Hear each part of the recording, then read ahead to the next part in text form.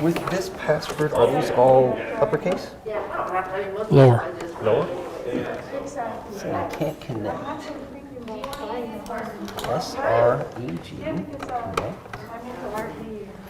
Are you using SREG guest or are you using SREG? Just S-R-E-G. Yeah, just plain SREG. S-R-E-G. Under the network.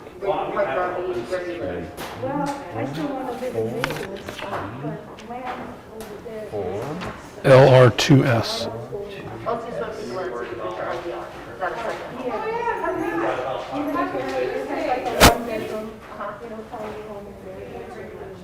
It really is not of huge importance. It would be just a video that I show. So it's not. We need to get you hooked up. Persia, he can't get on the Wi-Fi. Can you help? You live right now? What's that? You live right now? Oh, we're live. Hey. All right, let's start to get this going. We're live on the YouTube. So is it YouTube? Not Facebook? It's not connected? Getting a super important phone call from Mark. Oh no, it's this one, SREG. Oh, I told him all lowercase. That's why he can't get on. My bad.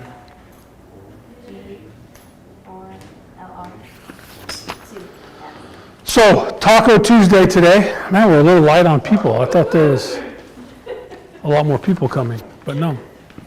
All right, cool. So before we get started, I want to thank, this is John Sanders, correct? Yes. Okay, from Chicago Title. They've provided lunch today, so I'm going to give him some time to give his speech. Is that what you call it? Your spiel? Whatever you need from me, absolutely. I think you're going to share some information about your app.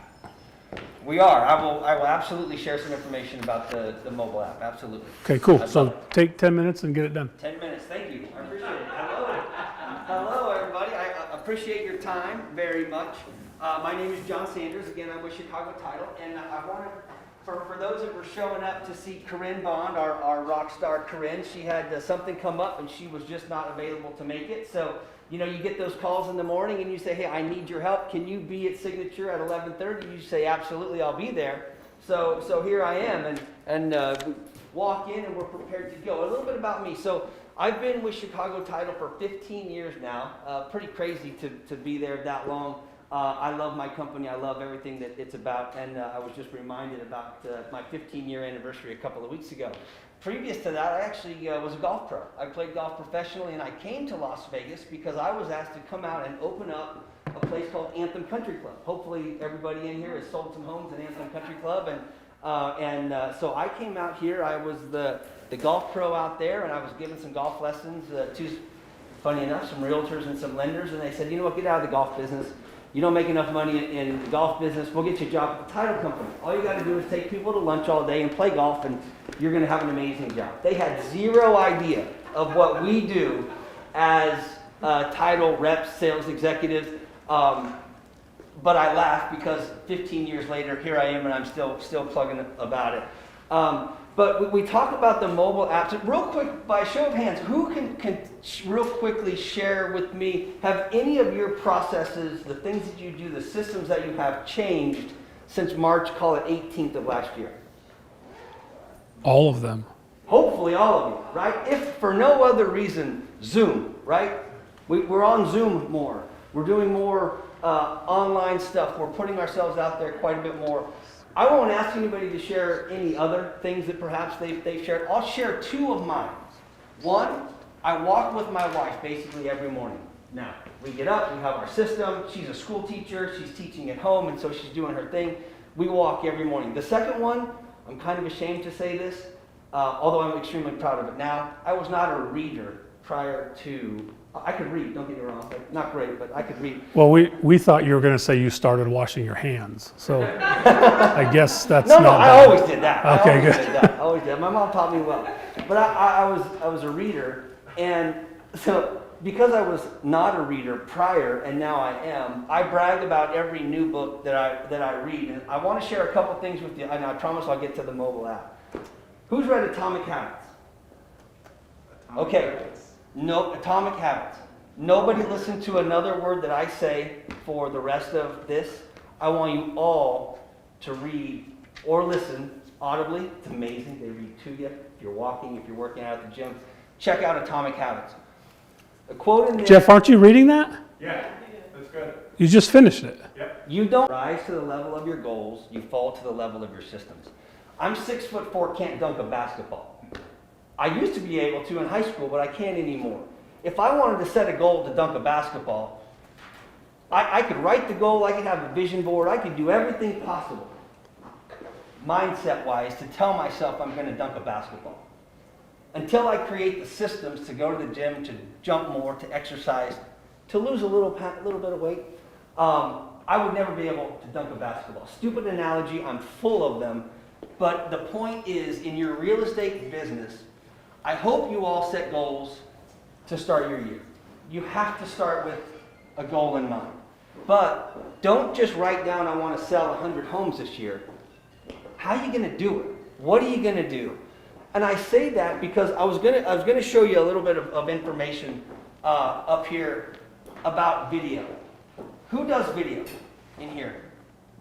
1, 2 people. Okay. I'm not suggesting that video is going to take you to 100 transactions. There's so much more that you need to do to get to 100 transactions. But who knows Gary Vaynerchuk? A little vulgar for some great content. He has something that I took to heart a couple of years ago. He says, before you are, and in our circumstance, let's fill it in with, before you're a real estate agent, you're a media company first. Okay? Before I'm a title sales executive, or before I'm vice president of blah, blah, blah, I'm a media company first. We have the means at our disposal, completely free, to brand ourselves for who we want to be. So, yes, you're a real estate professional. I hope that you're farming. Let's use Anthem as the example. You could use that as you're the media mayor, if you will, of Anthem Country Club. It could be the Summit. It could be the Ridges. It could be 89002. Hell, you have the most beautiful view up here. I would encourage everybody to shoot a weekly video standing on that balcony overlooking that view right there. Talk about what's going on at the district. Don't talk about my latest listing at 123 Main Street with 3 bedrooms, 2 baths, and a pool in the backyard. Talk about that, because more people want to know what's going on down here and about you specifically than they want to know about that listing. So you think of that term as media mayor, not just John Sanders' title, sales executive. So I want to talk about the app now real quick. Who has heard of Palm Agent software? Okay.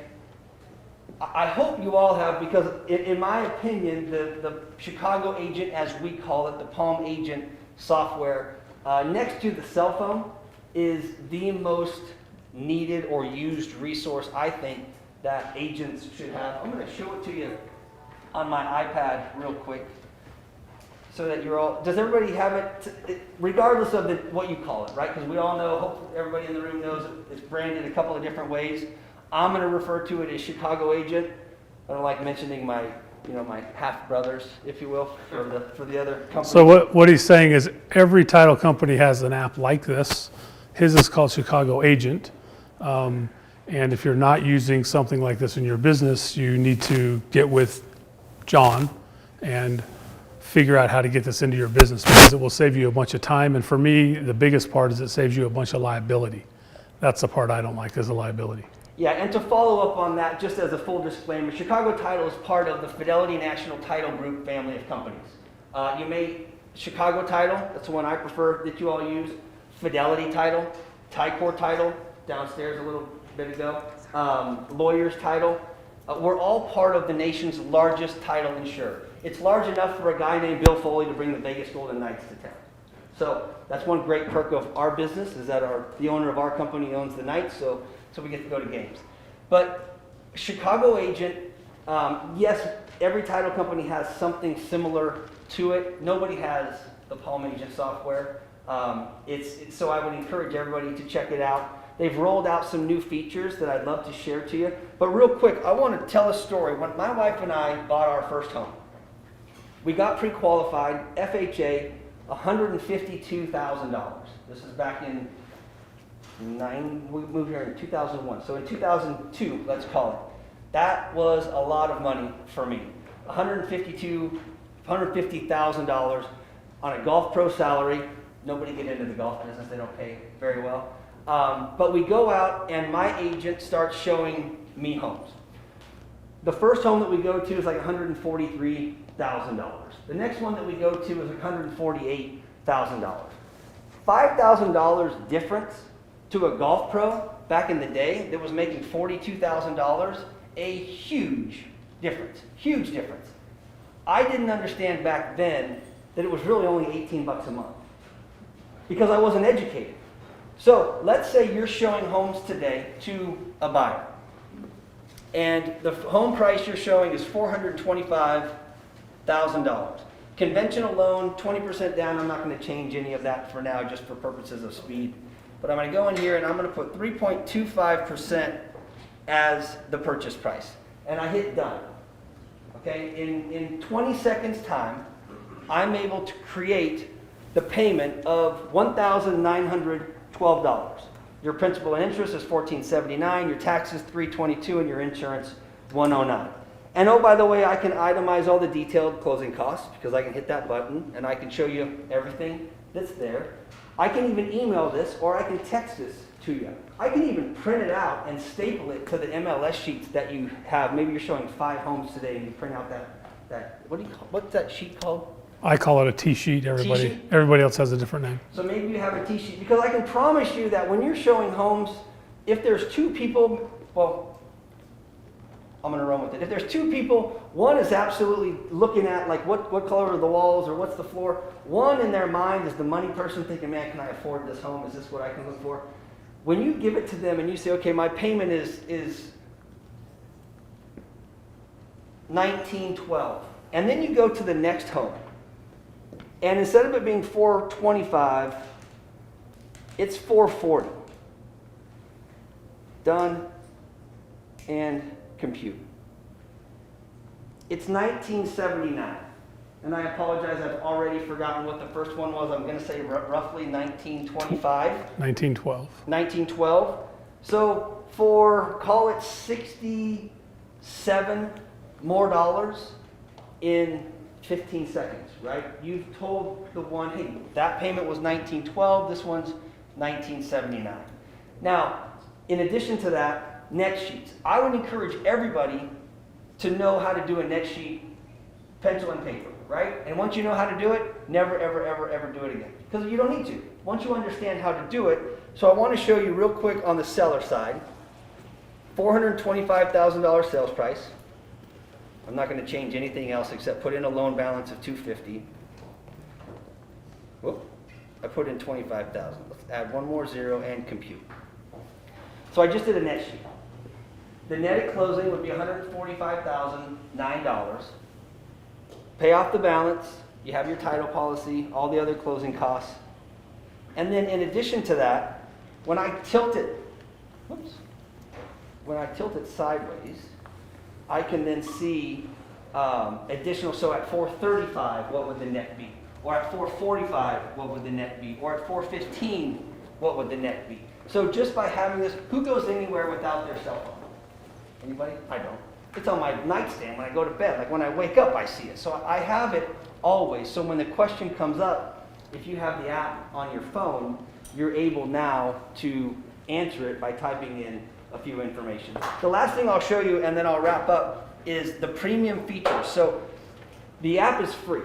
You download the app is 100% free. But if you want to really jump out of your comfort zone and pay $1 per month, because we can't give it away for free. RESPA doesn't allow us to do so. We have to charge something. So, Palm Agent has to charge something on our behalf. We don't get it, by the way. It's not like I'm, making money. I don't get anything off of the Chicago agent sale. But they have some premium features, and you know what? Unfortunately, I'm not tied into the internet on this, so I can't really use it. But the ability to overlay filters or create infographics. And what I mean by infographics is, let's say that you take a listing at 123 Main Street, 89074. or we're still on 752, we're on 52 right now? 74 across 5'8"? the street? No, 5'2", We're yeah. 52? 89052.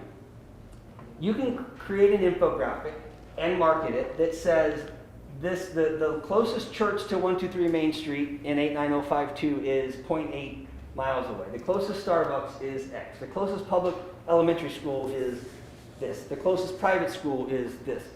The closest sports event, so on and so forth. They're really cool infographics that for $1 you can have either at your open house or you can send. In addition to that, you can post everything on social media. They have about 60 different digital, I call them flyers, but obviously flyers is something that you would hand out. They're digital pieces that you can post on your social media. So, in addition to all the other ways that you're leveraging social media to brand yourself, it could be a rent versus buy, or it could be, what does $450,000 get me in Henderson? There's so many different things. They're already there. You don't have to spend any money or type in any information. It's all populated for you already. And so that's some of the latest things that were rolled out. The last thing I'll say about the app is the really cool feature that they brought out is something called Home Link. So if you're using the app, and again, you're going on a listing presentation at 123 Main Street, if you were to type in that address, it would actually pull the tax information already. So it would have the payment that is due, or I should say the amount that the taxes are for that home. Additionally, if you're doing a net sheet, if you type in the address, through the algorithm that's built into the system, it would create what they believe to be the balance due on the home. So based on when they bought it, the interest rate that they bought it for, how much they borrowed, they can then pull and see roughly how much is owed. Now I caution everybody, because there's always a little bit of a difference. If I bought for X, but maybe I made a $15,000 principal payment on my home, there's no way for anybody to know that except for you and your bank. The algorithm is such that it's built in to identify when you bought, what your interest rate is, how much you borrowed, and then run the numbers backwards to identify what that is. So if you refied it, would it show that? It totally would show that, yeah, because you would have, the refinance would start everything over again.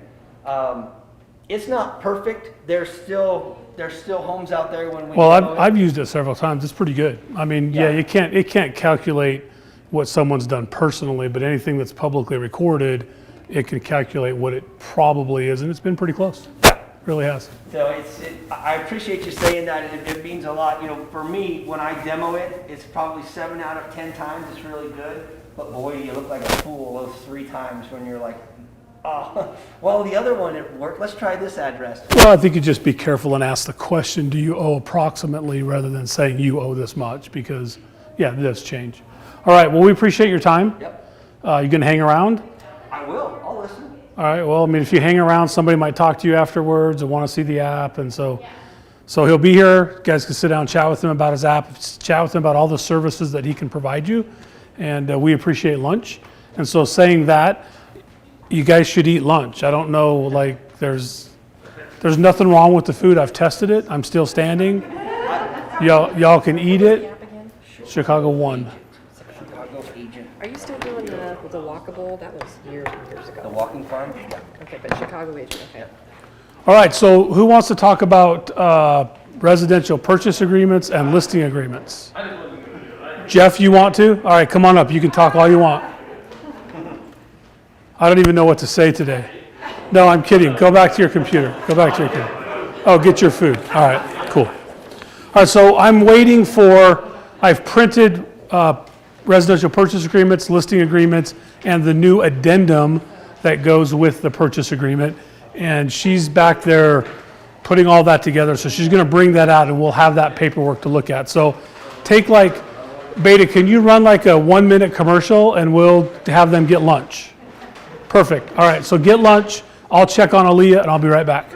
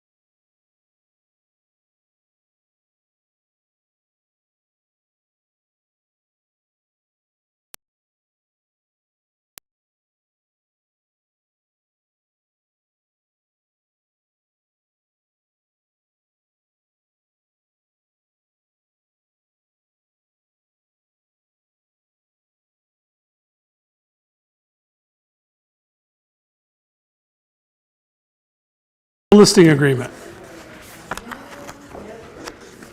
Persia, will you help me? You're sitting here, right? Yes. How are you, Stephanie? I'm good, thanks. Can you help me pass these out?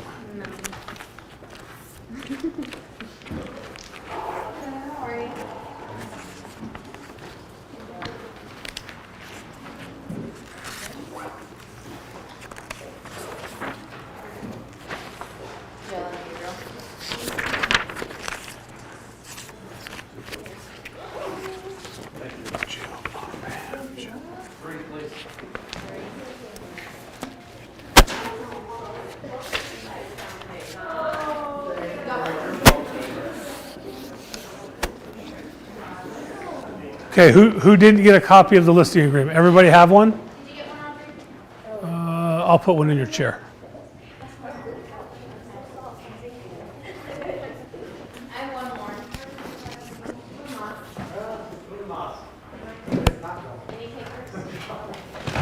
As much marketing as I've done, and banners all over the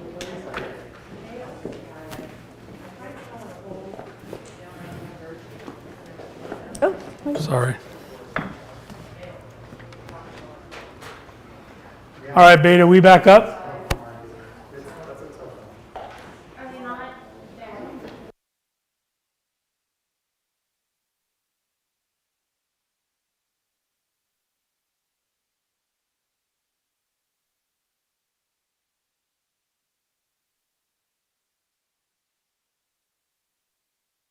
All right, it's on now. All right, good. I was wondering if the camera could hear me. I know you all can hear me, but Beta has to be able to hear me as well. All right, so we're going to start today with the listing agreement. How many people in here have purchased or helped somebody buy a home or sell a home that had smart devices in it? Wait, first, let's define smart devices. It's not the people who live there. What do we, when we say smart devices, what are we referring to? Alexa. Okay, so an Alexa. Smart home, that voice activated stuff. Okay, so anything that may be voice activated, an Alexa. What else? What are some other items? Say again? Ring or Okay, a Ring doorbell or a Ring. There are a Ring alarms. Yep. Okay. What else? The Nest thermostat. Net thermostats. Okay, that's a smart device. What else are smart devices? Doorbells, thermostats, Alexa. There's even the new Apple one that's out that's like Alexa. Her name is Siri. I don't know if you ever met her, but she's only on about 50% of the time. Half the time she doesn't understand what I'm saying. So Google, huh? lock the door too with the. Yeah, she can lock all. So that's a very interesting one. So how many people have sold or bought a home or helped somebody sell or buy a home that had a lock, the master lock to the house, the deadbolt was digital? Had the little buttons that you pushed it would lock, or if you call me at work and you have to get in my house, I just get on my phone and I unlock it for you. How about garage doors? Are garage doors smart now? Yeah, my daughter just bought a house. She put a new garage door opener in. She's like, check this out, Dad, I can open it from my phone. I'm like, yeah, that's pretty cool.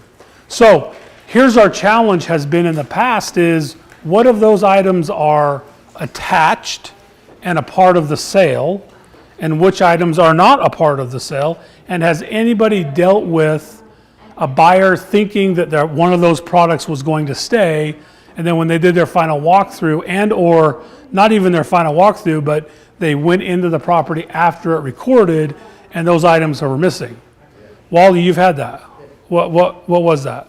Remember it was James and they had the Nest thermostats. Okay. And they went in and those were taken off and they bought the older thermostats and put them on the wall. Okay, so very commonly happens, they take the Nest, they're very easy, they just pop off the bracket. There's 2 screws that hold the bracket in place. They unhook 4 wires, they're color coded, and they take the thermostat that was with the house originally, which they saved because we're all borderline hoarders, right? They had it in the garage and they put it back on, lined up the 4 colors and hooked it up and all is well. Well, the buyer's thinking, oh, I paid $285,000 for this house and I'm getting these cool thermostats, and then you walk in and they're not there, right? So it's been a point of contention for a couple of years now, actually. Doorbells are a big one. The Ring, anybody familiar with Ring doorbells? How do those attach? Do you know? Same way, the wires are in the back. There's two different ones. There's battery powered ones and Okay. there's a hardwired. There you go. So there's two different ones. There's a hardwired one that actually replaces your actual physical doorbell. It's got two wires, it screws to the house. I could argue pretty convincingly that that's attached. If I pick that house, turn it upside down and shake it, it's not going to fall off, right? It's real. It stays with the house. Then there's the one that's double-side taped to the middle of the door. It's battery operated. And they charge the battery every, I don't know how often, but it's not part of the sale of the house. Can easily be argued that that just comes off. It doesn't affect the home. It doesn't leave a hole. You can't tell that it was there, right? Because those are some of the parameters of determining real property or not. And off it goes. So now you got a buyer who's upset. Who usually gets to make people happy? Jeff, you get to? The agent, right? Oh my gosh, I'm so sorry. I didn't clarify that that stayed or didn't go or goes or what. And so let me run down to the Home Depot and get you that new doorbell, right? So this change in the contract actually happened last year, was part of Tom Blanchard's, one of our brokers' presidency, but they held it out and they've just made it live last week. And so now we have the ability to talk about smart home devices, what stays, what doesn't stay, what does that look like, how's that going to be. And so let's first look at the listing agreement. And so this is you out taking a listing at somebody's house, and you now are forced to have the conversation around smart devices. Do you know why you're forced to? So they know. It's part of the contract. If you're doing a good job explaining the contract that they're about to sign with you, there's a section now that talks about smart home devices. And does your home have smart home devices or does it not? And what's going to happen with those? Just sold my son's house. He's super high tech. Everything in the house is controlled by his phone, literally everything. And it was kind of unconventional. The buyer's agent asked for a meeting at the house about 2 weeks before it closed with the buyer and with the seller, my son. And so I attended to try to mediate the pursuing argument that was about to happen because I didn't know what it was really about. And all the guy wanted to talk about is what of the smart devices in the home are going to stay and which of the smart devices in the home are not going to stay. My son literally has, I would say, 7 flat screen TVs throughout his house. So he wanted to know what TVs were staying. Are there going to be brackets there? Will there be holes in the walls? Are you going to fix? So that's what the conversation was. But this is now what's going to cause that conversation. And you as an agent are going to understand what the seller is thinking about when they're listing their home. What is going to stay and what's not. So let's go to the listing agreement first. Page 1, go to line 33. Page 1, line 33. It's number C. It's C in section 3. And does anybody want to just read that first line?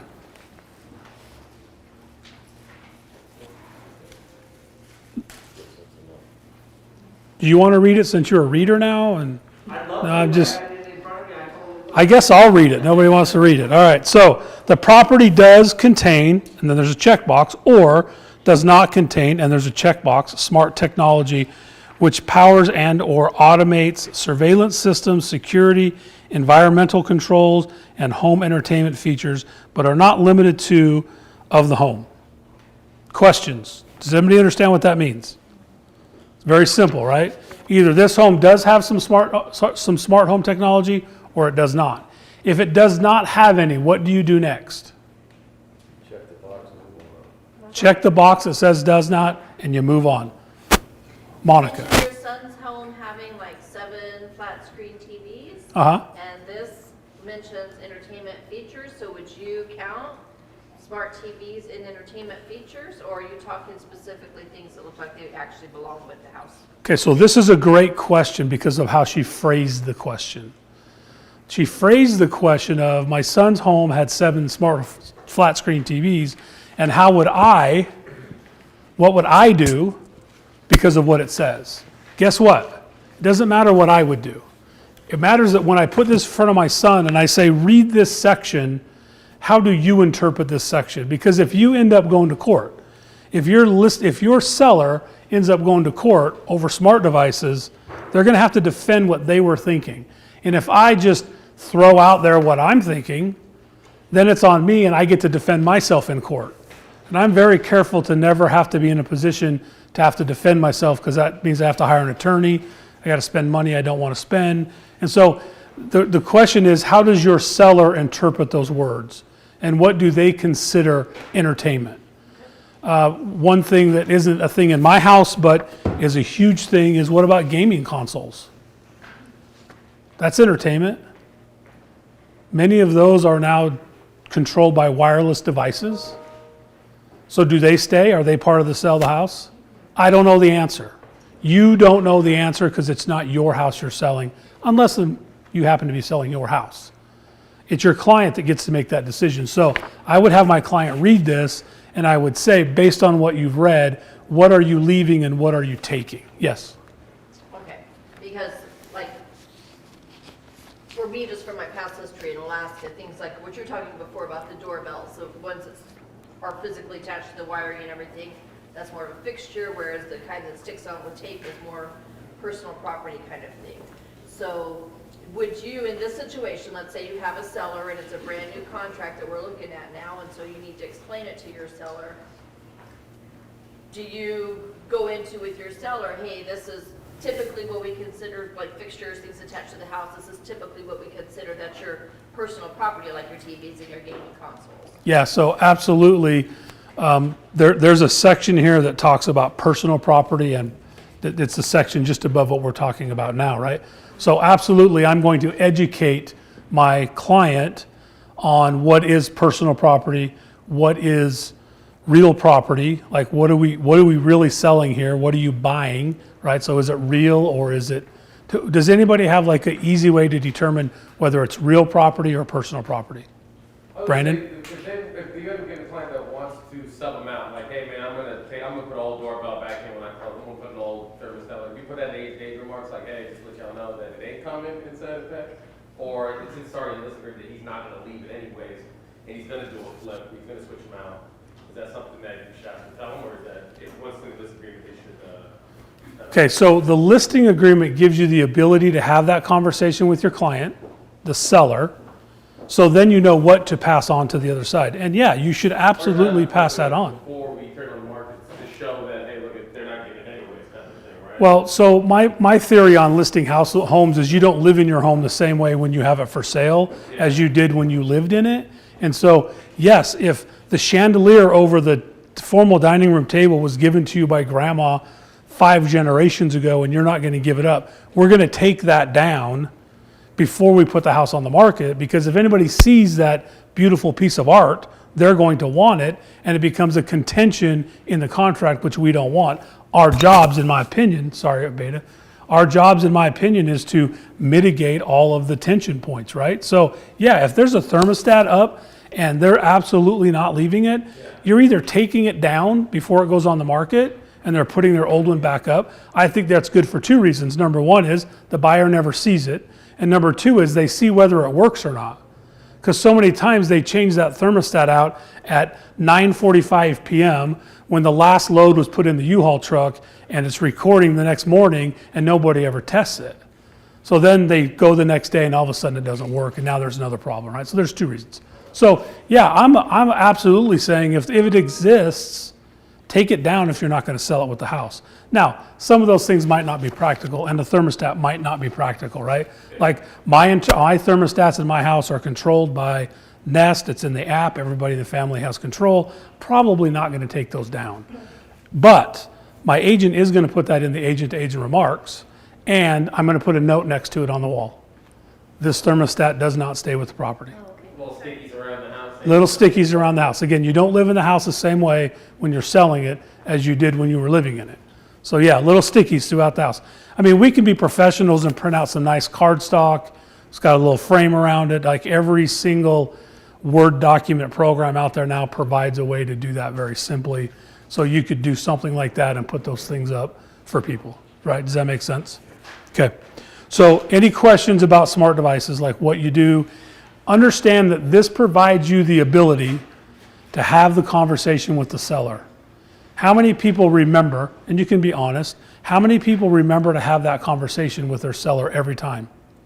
I don't. Look, I didn't even have that conversation with my son. I just assumed, thank you, Monica, for pointing that out, that as agents, we often just make the decision, or we assume, that he was going to leave it all.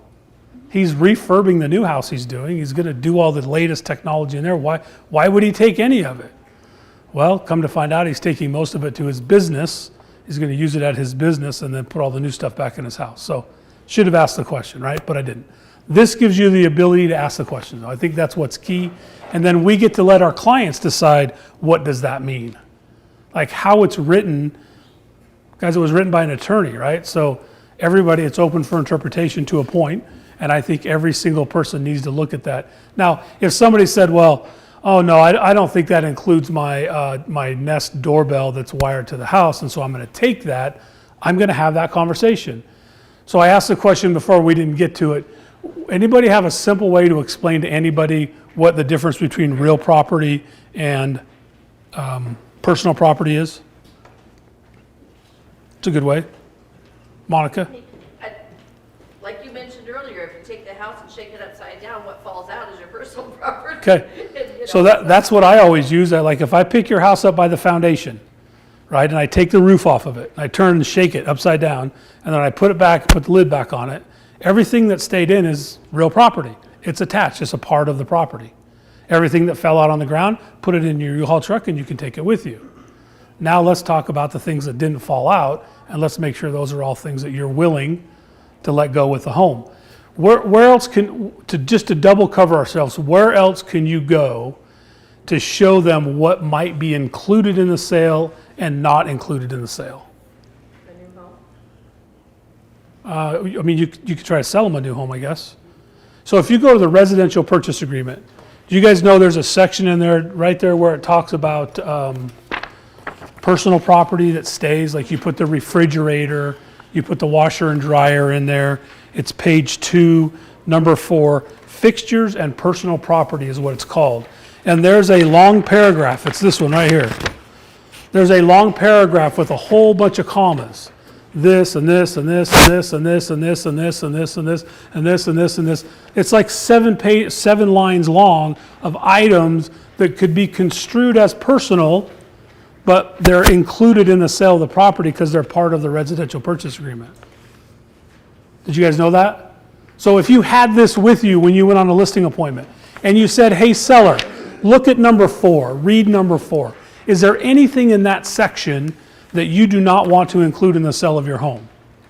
And if there is, we're going to exclude it on the listing agreement, and then we as agents are going to make sure that when we get an offer, that we exclude that. We do a counter offer that counters that item out. What's the most obscure thing that you had to pay for in your business because you missed paragraph number 4?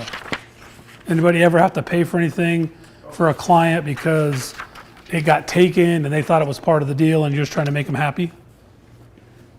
Usually garage door openers seem to be the... Okay, garage door opener remotes. Yeah. Yeah, the contract says 2 remotes. Sometimes we get 0 because they're integrated in the cars nowadays. Like our RPA is a little bit behind schedule because they're all integrated in our cars, right? We all just go like this rather than like this, right? So the most obscure thing I've ever had to purchase is a pool sweep. Yeah, weird, right?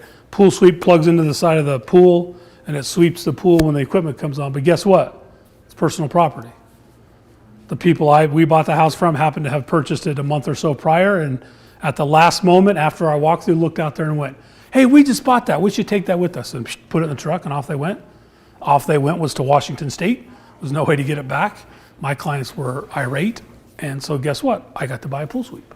I had a water softener be taken out one time. All right. I tried to put an older one, but they said it's cheaper over, and the clients flipped out. They're like, we wanted that one that we thought I saw in there. But no, you had to get this. You're gonna get this worse one. Water softener. Yeah, because the contract just said water softener. It didn't say the Amana water softener serial number. Yeah. Right? You want to protect your client, get serial numbers.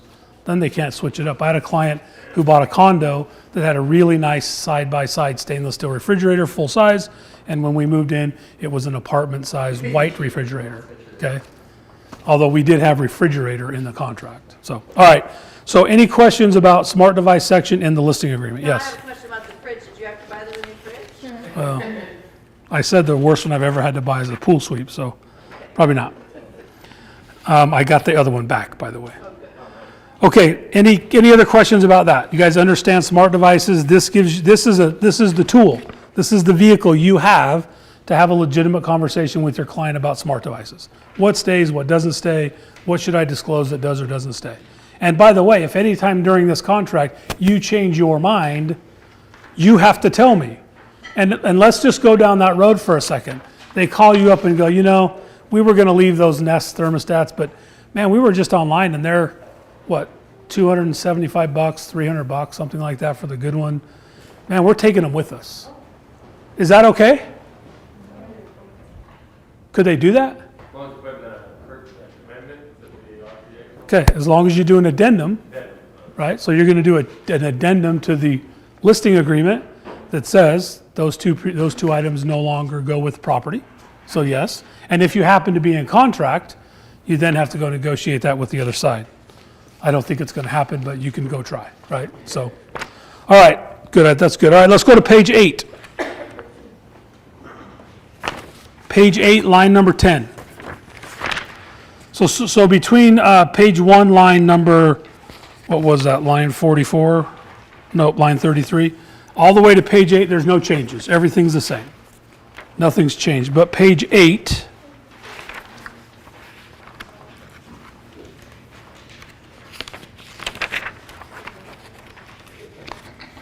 line number 10. Anybody want to read this part? Anybody okay to start reading?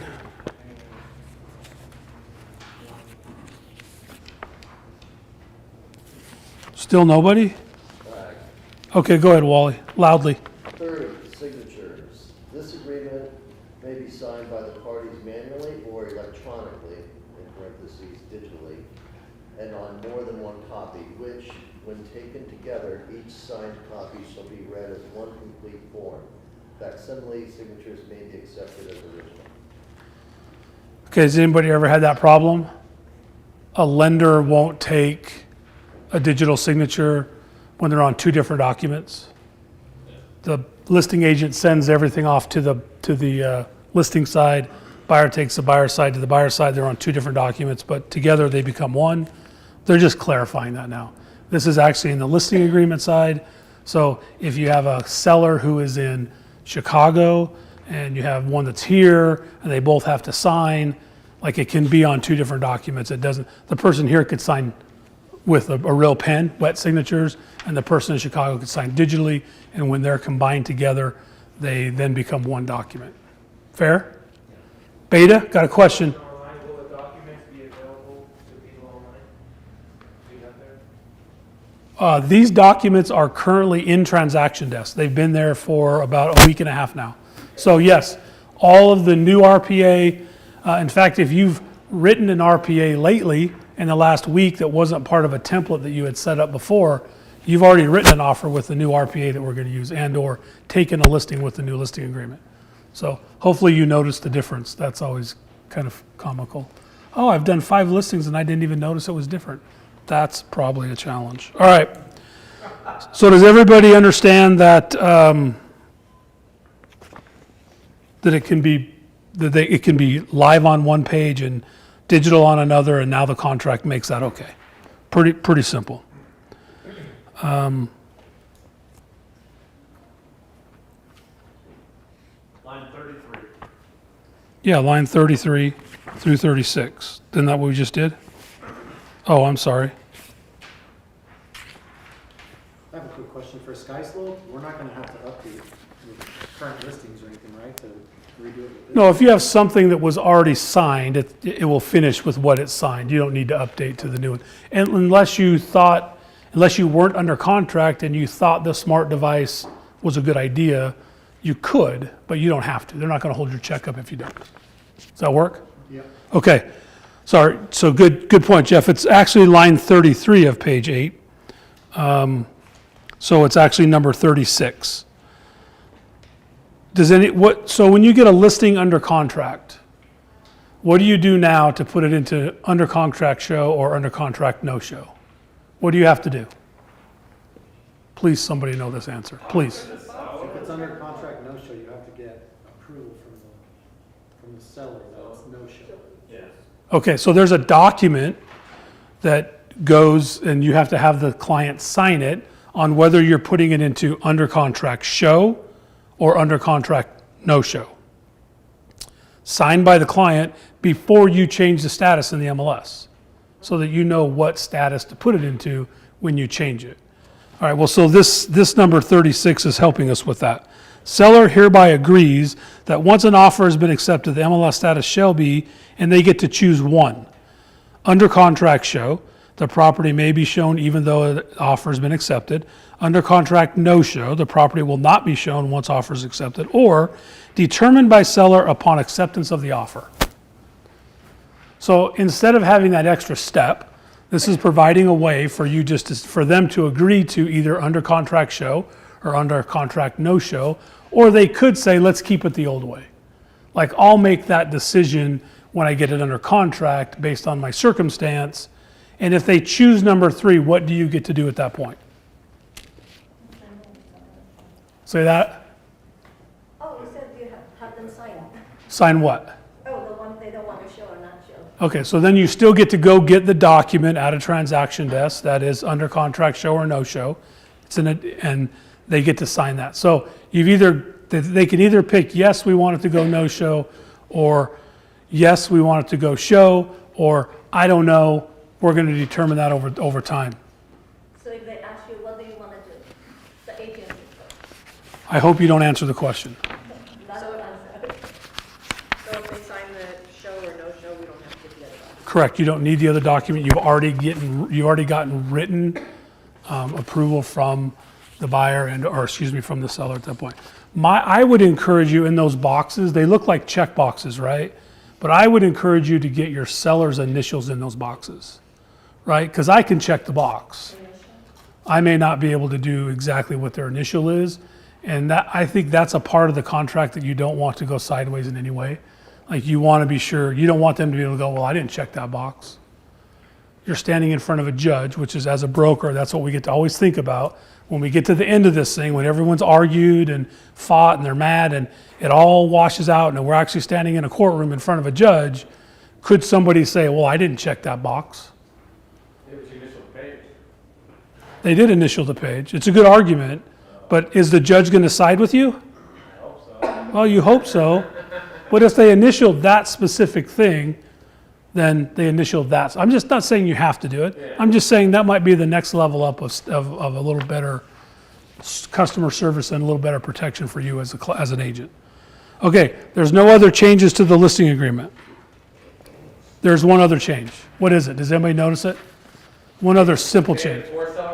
There's 4 places for seller to sign instead of just 2 now. So there's a spot for 4. You don't need to add more people unless you have 5. You'll still have to add one more line. But yeah, they've added, and by the way, that's universal between the listing agreement and the residential purchase agreement. Both of them now have 4 signatures for 4 buyers, 4 sellers, right? I can't even imagine doing a deal with 4 buyers, 4 sellers at the same time together. That'd be a nightmare. All right, we need to hand these new packages out here. Who can help? Anybody want to help real quick? Just one of those to everybody. No, they're different. So give her one. Okay. These are all different. Pass those down, please. Mr. Hawkins. Will you give, that should be 4. Is there a third person over here? Yeah, she's right there. You got enough?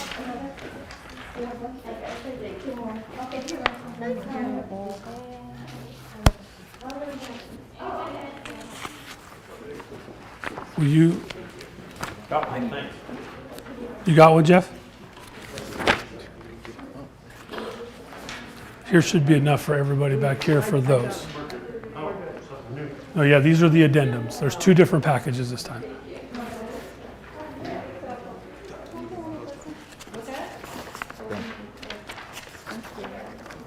Do you have enough? Everybody had, there's 2 different ones, right? You have 2 stapled packets this time. One looks like this, bunch of lines, and the other one's the actual RPA. We good? Everyone's got it? Okay. All right, so this is where most of the changes have been made for lots of different things. So let's first go to page 2, line 50.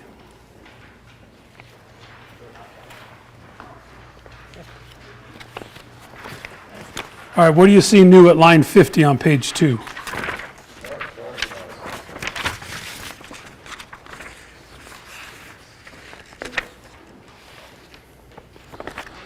So this agreement does not include the transfer of smart home devices, or checkbox, if checked, does. Now,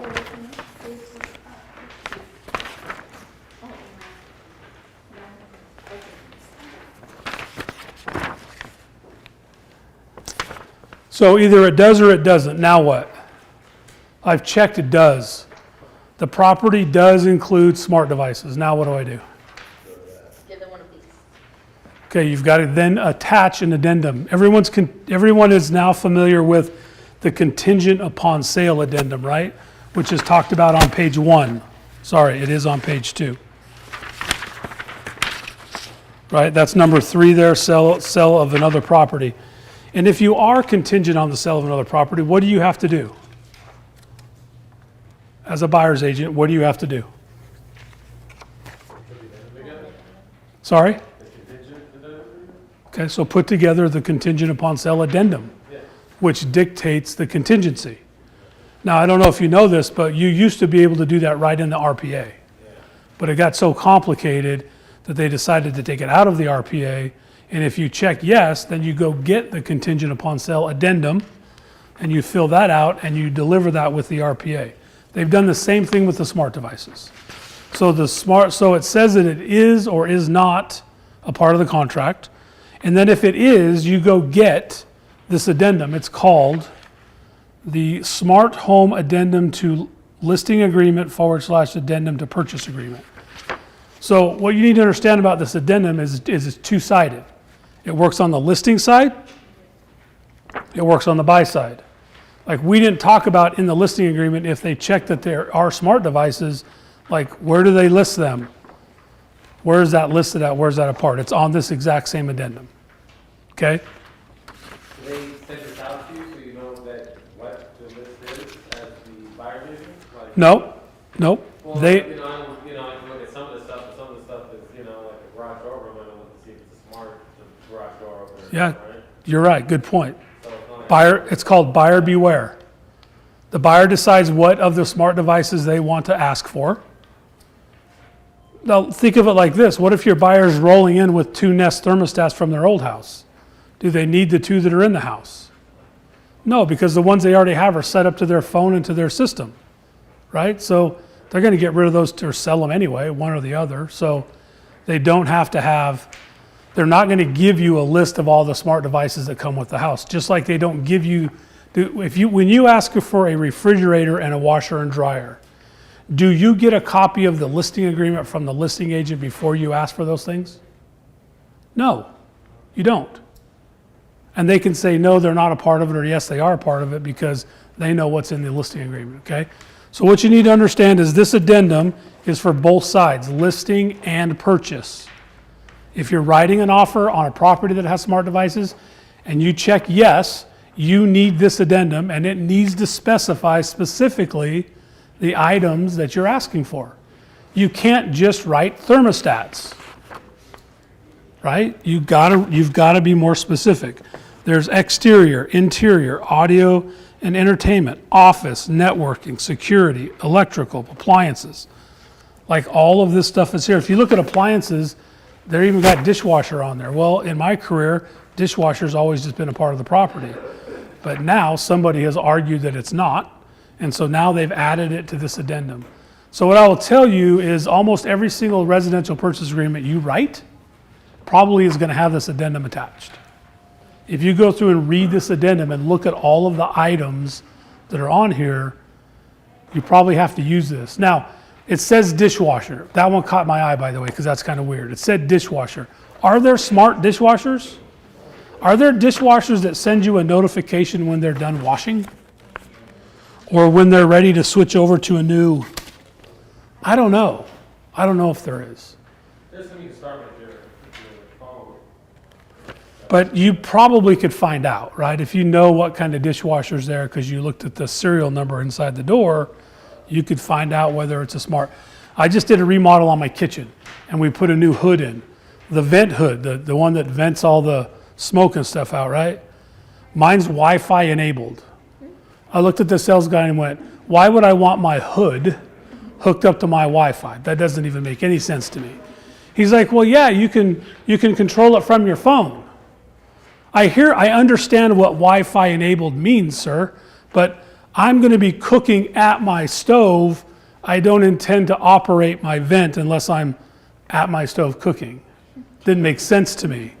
But technically, my vent is a smart vent. It can be operated on, turned off, turned up, turned down, based on my phone, which I thought was weird. Thermador came out with this new cool thing. Anyway, you really need to know what's on this addendum. All right, that's my point. Please read the addendum, understand what's on it, and I got to tell you, I think majority of the deals you're going to do moving forward probably involve this addendum, either on the listing side or on the buy side. Yes. On the electrical, on the Powerwall, is that like a garage for Tesla? Yep. charger? Okay. Yep. So, well, it's also solar. So if a house has solar on it, there's a thing called a Powerwall. It's literally a wall full of rechargeable batteries. And when you get solar, you can either get that or you don't have to get that. But it's part of the solar system, and whether it's paid for, whether it's leased, whether it's I own it but I'm making payments, whatever all that stuff looks like, yeah, that's what a Powerwall is. So this is why I want you to read it, because you need to understand each and every item on there and how it could pertain to a home. Like, do you understand solar? Do you know all the parts of solar? Did everybody already know about the Powerwall? No, I mean, if you've never sat in front of a solar guy or sold a home that had that, there's really no reason why you would know. I would think that solar comes with these stupid batteries that keep the power. That's what I would think solar is. It's not. We need to tell you the internet provider and how many megabits per second they're getting? I don't know. Did they tell you everything about how much error? It's on this paper. So Yeah, it's on there. It's provided. You could give it. You will have sellers that want to tell them what it is because theirs is better than everybody else's. Ironically, the guy that bought my son's house, that's what he wanted to know. He wanted to know what was the download speed and what was the upload speed, because he's a programmer. He worked from home, and it had to be X amount for him to be able to live in the house. We didn't provide it. We told him to call Cox, Monica. Regarding that, the buyers that I've worked with have all needed the high-speed internet, and being out in Pahrump, it's not available everywhere, and there's some very sketchy internet service, so whenever I've had, talked to the listing agent, I asked them, Sure. can we So find based on your expertise, because of where you sell homes, that's a button. That's a button that people push. I probably had somebody ask me that twice. The buyer that just bought my son's house and me when I bought my last house, because I wanted somewhere I could get a gigablast. Yeah, and then I have a question regarding this. On that smart home devices, it says a check to attach smart home device addendum, so like we're working with the buyer, so you say to go get this addendum, but the addendum itself is provided by the seller, so. Oh, wait, say that again? The addendum, It says on here that this addendum provided by the seller is hereby incorporated into the agreement. So if you're writing up your offer, you don't know even if the seller's got one of these filled out, how are you gonna get it? They should send that with you after they accept the RPA, I assume? that- I mean, would they maybe, or submit it like they do the SRPC after you've got the offer submitted or something? That- Only the seller knows. there's been no conversation about that. So I don't know the answer to that, to be quite honest with you. But what I will tell you is, if I had a buyer and I asked for the smart home addendum and they said, we don't have one, I would make my own. Because we all know what smart devices our buyer is asking for. So I would attach my own addendum. See something that I know is in that smart home. If I feel the house is smart, That's what you got to do. You get this addendum because you've seen something you know is a smart device. Go get this addendum and write that down and say, we're asking for this item. You just said that dishwasher, and I was like, man, I have to write you right. Don't forget to check, pet feeder and coffee maker. yeah, right? Yeah. That's a real thing. But on here it does say provided by the seller, so that's why I was. Yeah, good luck. I hope every seller provides it, but I'm telling you, not every seller is going to provide it. Right. But Right? It would be something that demand for like an SRPD that we have to give within 45 days. It's something that it would be on the seller's You could go to the additional terms of your RPA and you could write in there, seller to provide smart home addendum within 5 days. Excellent. Or they You should could- you could- upload this in documents when they put the house listed. Yeah, they should do a lot of things they're not going to do. I'm just telling you, all the shoulds and the should nots don't get done. So stop shooting on yourself and just do what you can do to best. What party, who's responsible on the side of the party to make sure it seems like it's You're responsible for the buy side. So you better do what you have to do to protect the buy side. You can blame it on the listing side if you want. Don't get me wrong, but the judge doesn't care what you blame on the listing side. The judge only cares about what's in writing. So we can all sit around and cry and argue and be mad for 2 weeks because the listing agent said this to me and the listing agent said that to me and the listing agent didn't do this or they did that. It doesn't matter. The contract is a contract. You have to follow the contract. The contract says there is one. You ask for it, they don't provide it, you need to provide it. I would just provide it if it was me. I'm smart enough to know what items are smart devices that my seller, that my buyer wants. I would provide one. That would be my direction to my team. Gio. All right, any more questions about smart devices? I want you to understand that it is a part of the contract and there is an addendum to help you identify those items. Use it in your best practice. All right, what's next? Let's go to page 5, and it's on line 10.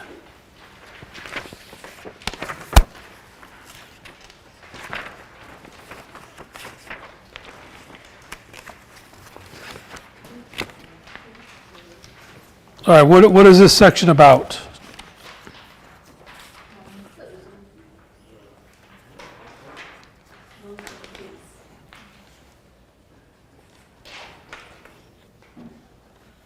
Closing fees?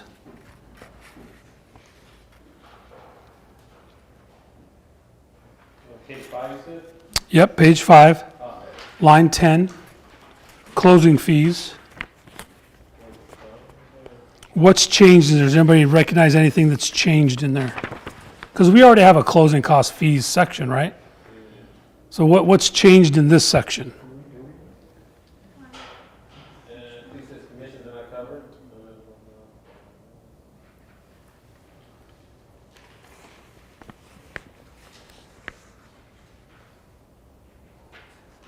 Okay, so if you read the section where it starts to say, it's line 3 at the end, fees and or broker or buyer's reoccurring and non-recurring closing costs.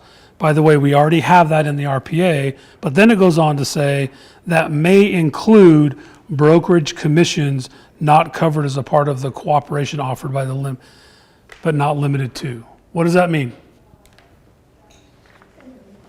Go ahead. Oh, no, I'm just thinking, I just saw on Page 5, letter D, right? line D. Okay, is this? I'm sorry, line 10, letter D, yes. And the third line down is where underneath where it says included or excluded is where I started to read that. That you can't adjust the co-op on the commissions if they're gonna give them some of the No. Might pertain to a situation I just had where the co-op was less than what my normal rate would be, and so my client agreed on the BBA to pay the extra amount.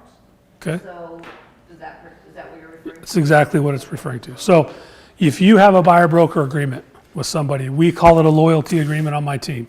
We have a loyalty agreement. And my loyalty agreement specifically says I make 3%. By the way, we can talk about percents because we're all in the same company. Don't get all weird on me. Don't start calling them bananas and elephants, okay? It's 3%. Well, good, And if they offer 2.5% as a co-op, what this now says is I and the buyer have the ability to get the seller to cover the other 0.5% as part of closing costs. It didn't say it before, and it didn't say they couldn't, but here it says they can. Does that make sense? So now I can go in and ask for closing costs. My loyalty agreement actually says that the buyer gives me the authority to ask for the additional 0.5% or whatever it is in the closing costs. My loyalty agreement says that. So now I didn't have any part of them changing this, but now my loyalty agreement, I can just, if my buyer says, we don't need to ask for closing costs, we have our own closing costs, I can still ask for the 0.5% as part of closing costs. Does that make sense? To cover a buyer-broker agreement. Here's what you cannot do. Don't start asking for closing costs to cover a percentage of your commission that you dreamed up last night is how much you'd like to make on the house. It must be a part of a buyer-broker agreement or you will lose your license. Okay? If you're going to play the game of getting more commission than what's co-opted, it's okay. There's ways to do it legally correctly and the right way, and it's with the buyer-broker agreement, having it up front before they sign a residential purchase agreement. Look, a buyer-broker agreement signed a week after the thing goes into contract is not going to cover you at all.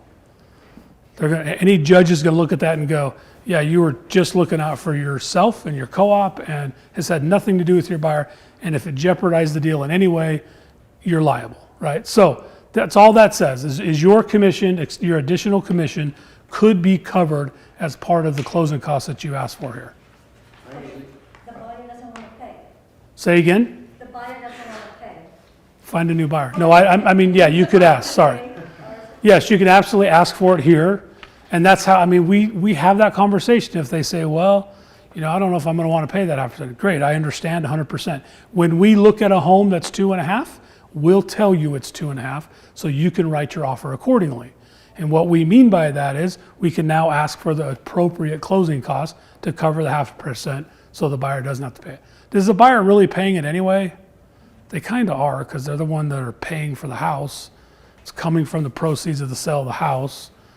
They kind of are anyway, but it's, you know, they're not. You had a comment? Oh, I was just a comment. I was just gonna say that I usually don't hold my clients at that difference. So this makes it a lot easier to explain to the buyer on how you're gonna, you know, you're not charging them directly out of their pocket. There you go. Seller, yeah. Yeah, we're going to go after that. You're going to let me go after sell. And if the seller doesn't pay it, I'm not going to hold up the transaction over it. Right. Like, I'm not going to get in the way of you getting the home that you love. And I still need the authority and the ability to at least ask for it, right? So that section is now making that a part of.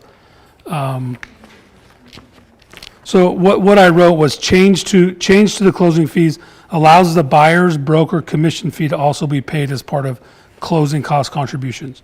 All right, let's go to page 6, line 47.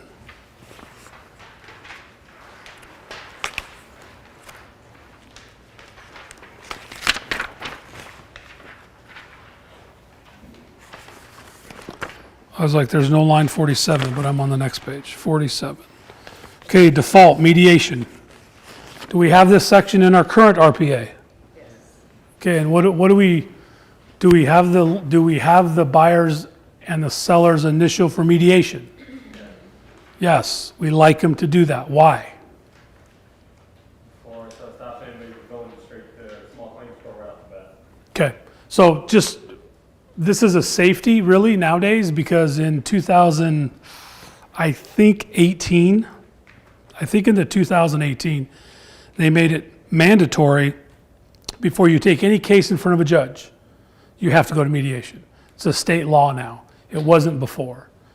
What this really used to say is that if buyer and the seller initialed this section, that they agreed if there was mediation needed between them and their agent, the buyer and the seller, me and my client, they said that they agreed to do the mediation at LVR, right? Not at court, not at the courthouse. The thought behind that was the people at the courthouse that do mediation, what do they mediate? Meeting of the minds. They mediate everything. Slip and falls, car accidents, right? I mean, every single kind of lawsuit, they mediate those. What do they mediate the least? Homes, right? They don't mediate residential real estate very often, and so they're not very good experts at it. So the thought was, and this is what I was explained at some point, was that by them coming to LVR and using our mediators who are savvy to real estate, it would make more sense. But now, all it says is they're going to mediate it, and it says they're going to go find somebody to mediate it because the LVR no longer does public-to-public mediation. So if there's a problem between the buyer and the seller, they're agreeing to mediate here. It will not be at LVR because we no longer do public-to-public. We only do agent-to-agent or agent-to-public. Yes? And what's the reason why you want them to mediate rather than go to court? Well, first of all, it's state law. They have to mediate before they can go to court. Is that because the courts are backlogged? Yes, exactly.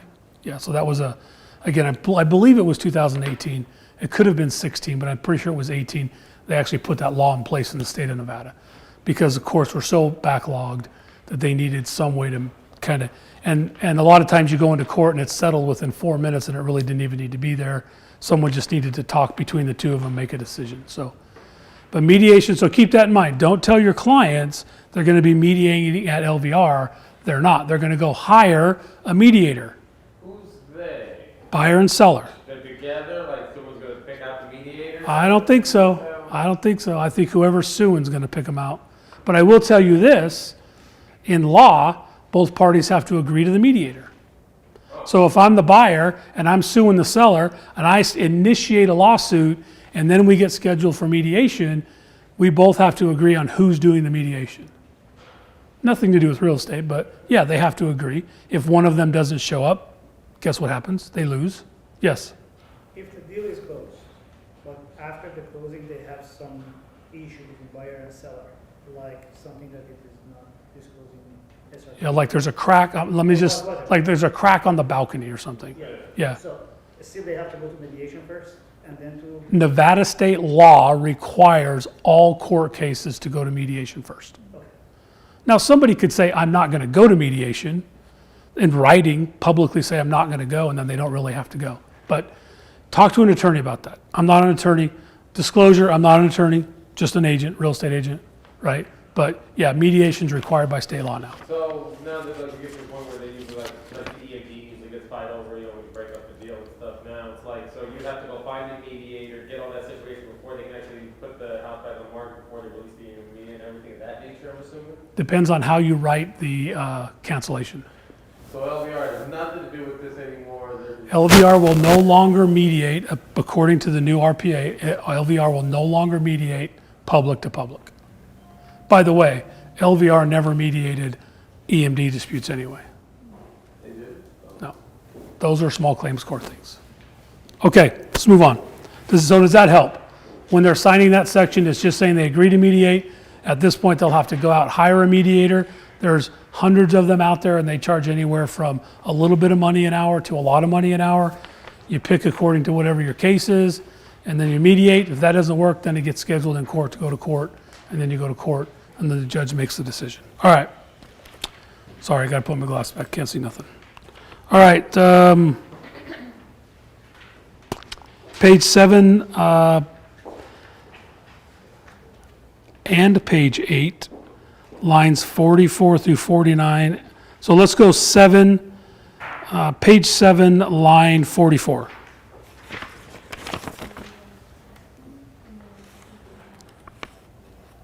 Hold harmless and waiver of claims. And if you go to page 8, it continues through lines 1 through 7. So hold harmless and waiver of claims. Is this in our contract now?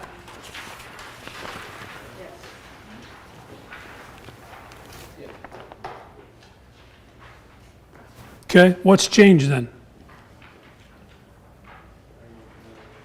Statements of acreage and square footage. No. Complete estimates.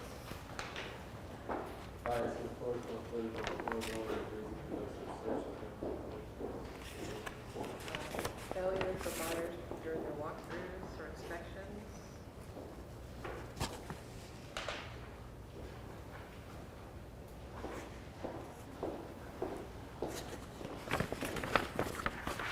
Anybody see anything that's changed? Has anybody ever read this section? And buyer acknowledges supposed escrow account sold as is what is.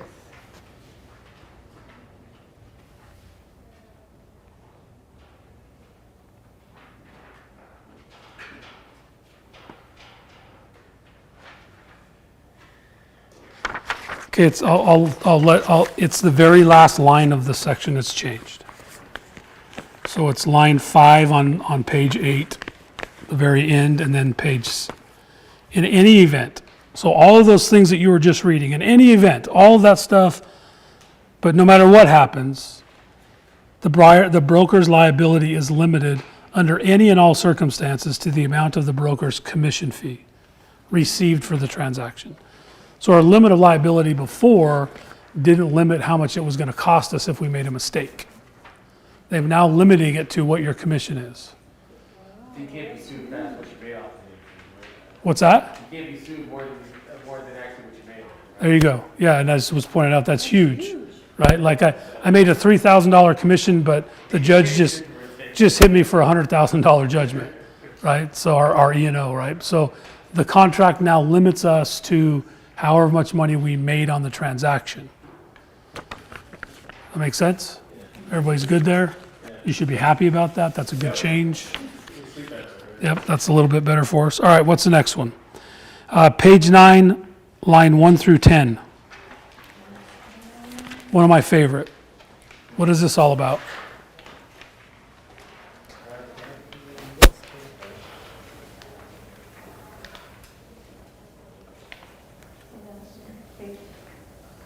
What's this about?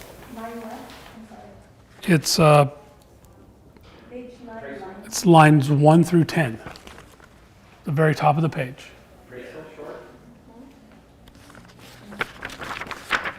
Usually get the doc from VA. Okay, so this is talking about the VA and the FHA mandatory clause, which you usually get at the last hour, right? One minute before recording. I can't wire the funds, the lender says, until you sign this amendatory clause that says that the buyer can't lose his EMD because of price, right? It's, yeah, Donald, I'm with you. It's backwards, right? Like that doesn't, why do I get it at the end? I'm supposed to get it at the beginning. You're supposed to get to the mandatory clauses at the beginning before they do appraisals and before you do inspections and before you decide to cancel. Like all of that should be at the beginning. Typically we get them in. So it's been added to the contract now. Now, the good news is some lenders, some forward-thinking lenders will accept this section of our contract as the actual mandatory clause. That would be cool because it'd be one less thing that we have to rush for on the 11th hour, right? Some of them will not. Don't get all twisted up if they make you sign the other one. You still need to sign it. They got to have what they've got to have. But what this really does is this makes it known to both parties right up front that on a VA and an FHA, if the property doesn't appraise, they can't hold their EMD. Instead of finding that out 3 weeks after we've argued about the VA not appraising and we wanting the earnest money back and the seller saying they're not going to give it back, and so we figured out how to get the deal done because the mandatory clause was never signed by anybody. So now it's a part of the contract. Everybody knows right up front that situation exists. Okay?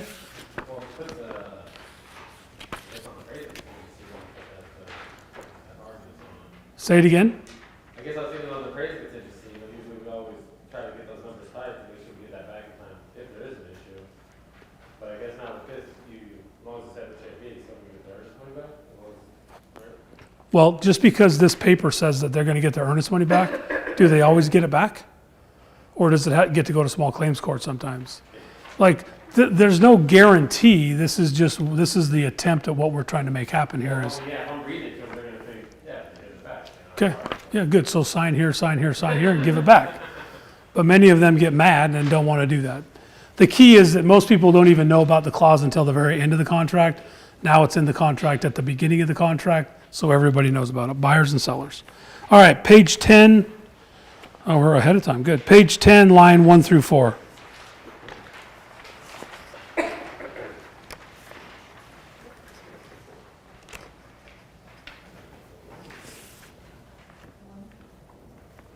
Anybody see what changes that is? Confirmation of agency. Very top of page 10. This is a brand new section, it's never been here before. Confirmation of agency. What is it saying there?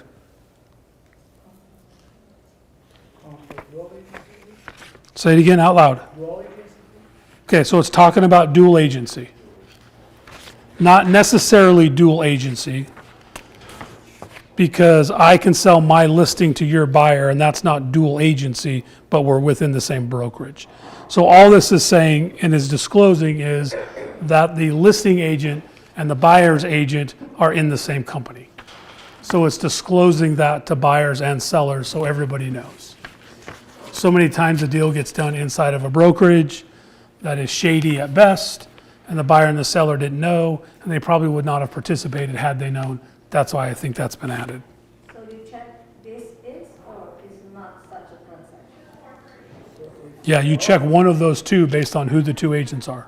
Usually they like it though. Usually if I go to control and keep it in-house, we'll take care of it. It's all. If we have insider information. See it as bad. Okay, that's all the changes to the RPA.